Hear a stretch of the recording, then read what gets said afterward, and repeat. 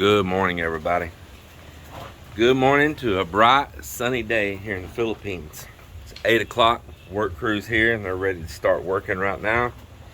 And the first little task they're going to knock out this morning, not too little, but little, is correcting the driveway. Correcting the driveway from when I originally had the garage built on this lot before we was ever ready to build the house.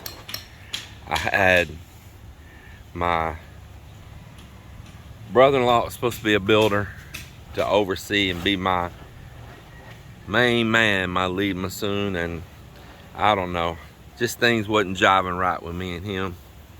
I mean, we still get along, we're okay, but he's better just be family and not working for me. But nevertheless, they got the grade, they got the slope wrong. They didn't chisel down the curb. And so we've been having to drive over the full height of the curb, which is pretty tall. And you know, let me give you for instance right over here on my neighbor.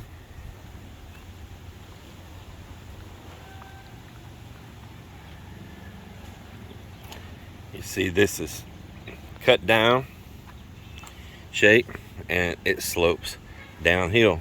That's correct. And our other drive over here that I did, it's also sloped out and don't hold water, and the curb's cut down.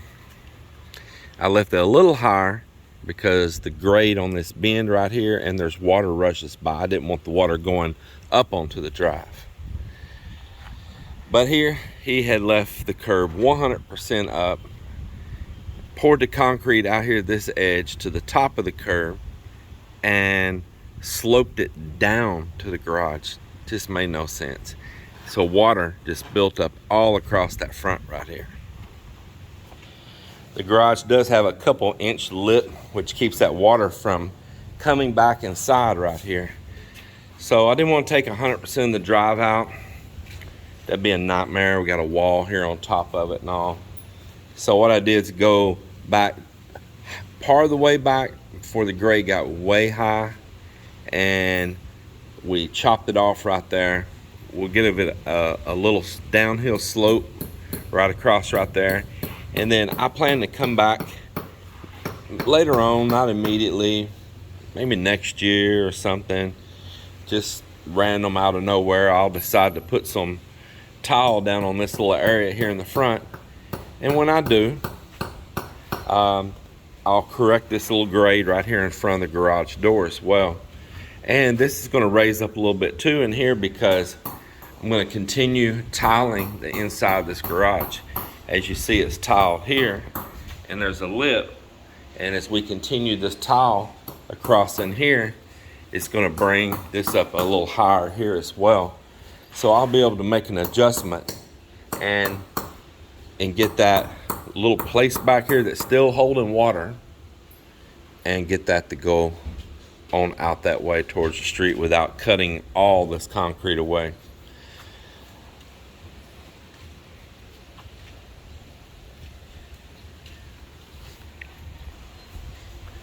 That concrete was tough too. My goodness, man. It was not easy. It was not easy to break out. And you can say what you want, you know, you'll see when they pour that concrete and it looks really wet and you're like, man, that's soupy, it's not going to be strong and all. I've learned a few things in the Philippines myself, and I'm just going to tell you, you make that concrete less soupy than they do, if you got very much of a batch, you're not going to have much work time with it. They don't have these agents here that are slowing it down from setting so fast or speeding it up if it was cold weather, which there's none here. But you know what I mean. Any of you that are from countries where you got to pour concrete in cold weather don't have these agents to retard it or to speed it up and heat it up. It is pretty heated up on its own just as it comes out of the bag, and it's going to set on you in this heat here in this country. It's going to set on you fast. You're going to have a very minimum working time. And So the best way they have to slow that down is to add a little bit more water. Man, this stuff really sets up hard. It's tough. So I know we got our ways of doing things some places, and we're told how it's not as strong if you add a little more water. But you're here, and you're not going to have those chemicals that are available in other countries, and you're going to have a shorter working time if you set that slump where it's pretty dry. And then if you don't have pump trucks and they're having them bucket it up, that stuff's going to be sitting in the buckets as they're passing it up. True story. I know. I was one of those guys that argued it, because me doing concrete in the U.S., I knew how I wanted to slump, and man, we found that we were cleaning out a bunch of pails. This stuff, you by the time you passed it up, you couldn't even knock it out of the bucket. It was setting so fast at what I've been taught by Western standards was the correct way. And we had a compromise. I got them to add a little less water, not make it as soupy, and we met in the middle, and it's come out really great. And let me tell you, anywhere we've had to come back on this concrete and chip into it, it's been some tough stuff, because I've chipped into concrete in the US that we've poured for different reasons. You know, you make a modification or change and all. Well, fresh concrete, or it's a month old or something, and you go chisel into it. This stuff's tough, man. This Portland I bought was really good grade, and man, I have no complaints. Got them widen it out here just a little bit so we can put a little form board along the edge so we have a nice clean edge on it. And the same thing here on the other side.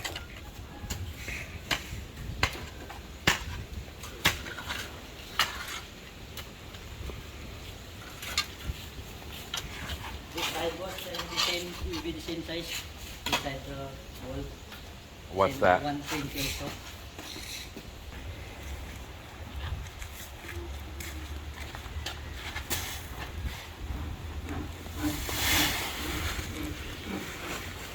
You know, you might be able to just set a bag of that sand behind that form.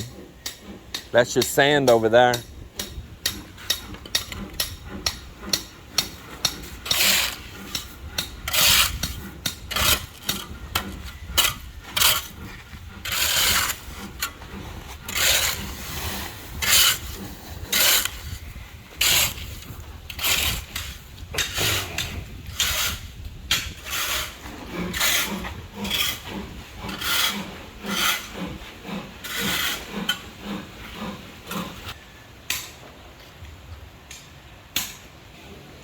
So Emma's about to start stoning up this corner right here where the column is inside.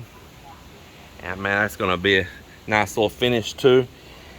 But down here at the tile, I asked him to go get another scrap of this plywood and lay it down, because this tile right here, you get any cement or mortar on it, it's got a rough surface to it, and it really gets in it, and it's hard to get it cleaned out. Very hard. So I asked him to go get a big piece of plywood and put down to prevent some of that from happening. I wanted that rough tile for the fact that non-slip, you know. When you get a grip, tater chip.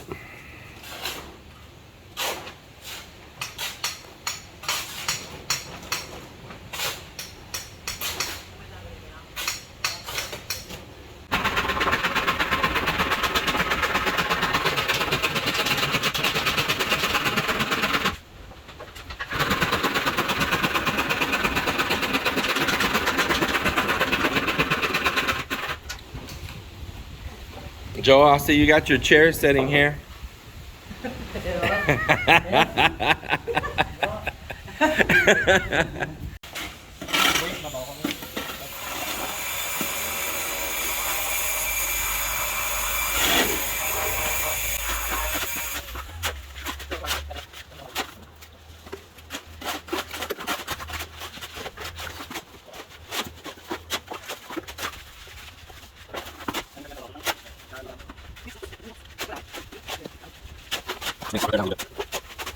Man, it is pouring down rain right on our fresh poured concrete. Unbelievable.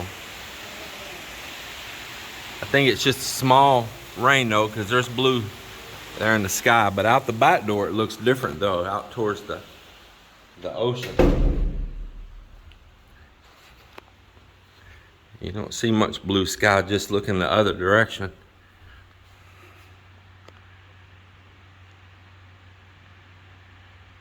Yeah, and this is another one of the fun things of working and building here in the Philippines.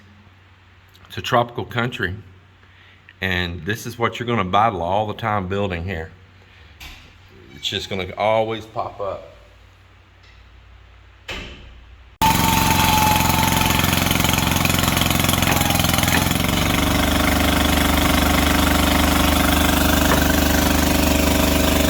So I'm up here at this wood shop. Now this isn't a wood shop you guys have ever seen on any of my vlogs. This is a newer one that's right next door to where we go get our too big, our water. And this shop set up earlier this year, right here next door to them. And I'm looking for some big pieces of wood, like some mahogany. Man, there's some nice looking pieces here to use for some posts up there on that outdoor kitchen. And I'm gonna do some measuring here and talk to them and see what we can figure out here. All right, I picked out 4 right here. 1, 2, 3, 4. 4 pieces of mahogany. I'm gonna give him 2,800 pesos for all 4 of those. They're about a little over 8 foot long each. They're a 5 by 5. Close. They're not exact. That one's pretty much dead on 5. This is gonna be beautiful. I like it. I like it. I like it. They got some Gemelina over here. They got some Gemelina right there. The real white color wood, that's Gemelina. The bugs really hate Gemelina. And so a lot of times you want to build your door jambs like those right over there. You want Gemelina door jambs to keep the bugs from eating them up. And unless you bought some like I did on the inside of our house, some stuff that's been, you know, treated in a factory with some chemicals. But if you no chemicals and you just want pure wood, no chemicals, get Gemelina, and that'll really keep the bugs away. They do not like to eat it. It's a very, very hard wood too. Holy crap, it's a hard wood. Climb out of this pile of wood up in there where I was at.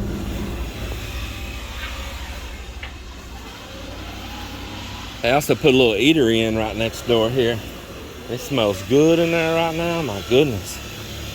Well, I don't know what all she's got cooking, but oh man, that's what it is. Look at that. Cooking up a little boy right now. Boy, grilling it up, smells good. Hello. How are you? Your dress is pretty.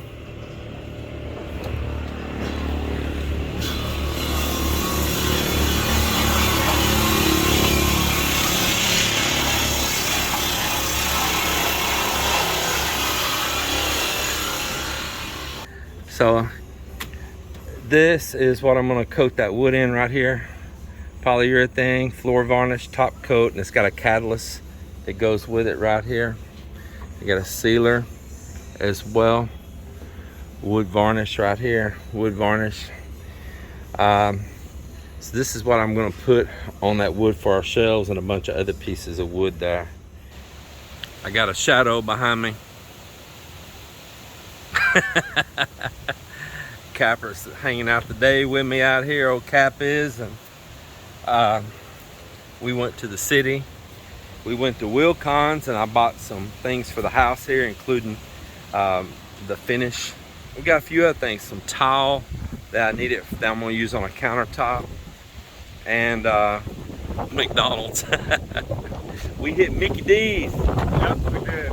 Yeah, hit McDonald's drive-thru. Right now, Cap's sitting up there in my living room and he said the beach is calling his name. Yeah, he said the beach is calling him. Nice.